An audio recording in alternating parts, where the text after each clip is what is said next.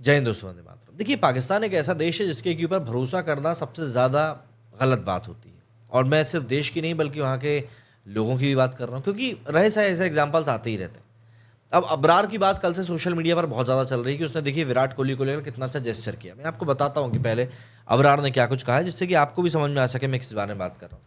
तो ये फ़ोटो अबरार ने अपलोड करी थी, और इस फ़ोटो को अपलोड करते हुए अबरार ने लिखा था कि मेरे चाइल्डहुड हीरो विराट कोहली को मैंने बॉलिंग करी, और ये मेरे लिए, और सबसे बड़ी बात, उन्होंने मुझे अप्रिशिएट भी किया।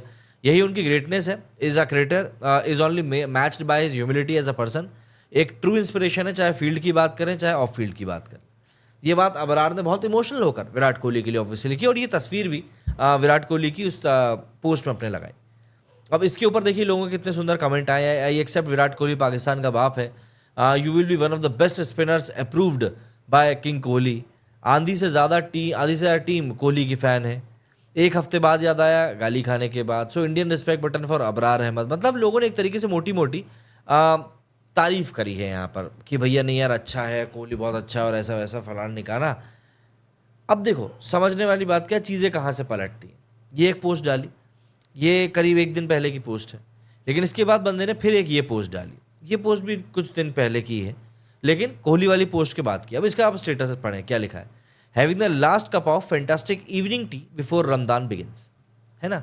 अब यहाँ पर बंदे ने फैंटास्टिक टी को जो कैप्स किया है ना, उसके पीछे का सिर्फ एक ही मतलब है कि इन लोगों ने इंडियन पायलट को जो कैप्चर किया था थोड़ी सी देर के लिए, और फिर दुनिया की डर के मारे उसको छोड़ना पड़ गया था।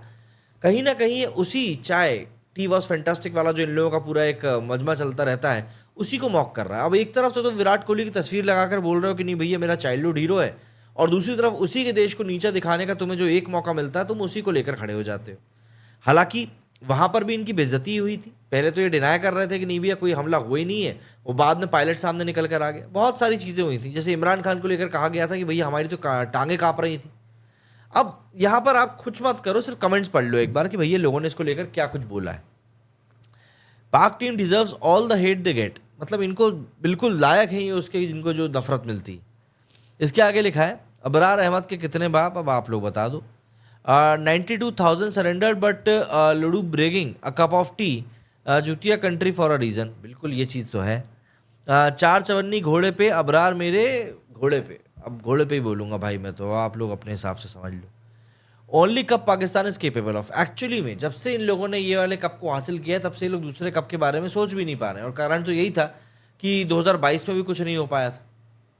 तो ऐसा रहता है कि चीज़ें जो रहती है ना वो अपनी गति से चलती है, लेकिन आप जब ये इस तरह की घटिया हरकतें बीच में कर देते हो ना, वो घटिया हरकतें जो होती है ना वो दुनिया बैठ कर देखती है, और कहीं ना कहीं आपका तमाशा बनने में फिर देर नहीं लगती। और यहाँ पर वही चीज़ हुई है इस बंदे के साथ। अब देखना पड़ेगा क्या करना पड़ेगा। कुछ और कमेंट्स देखें, ये देखिए। The only cup you guys can afford, पाईजान हम पॉलिटिक्स नहीं करते।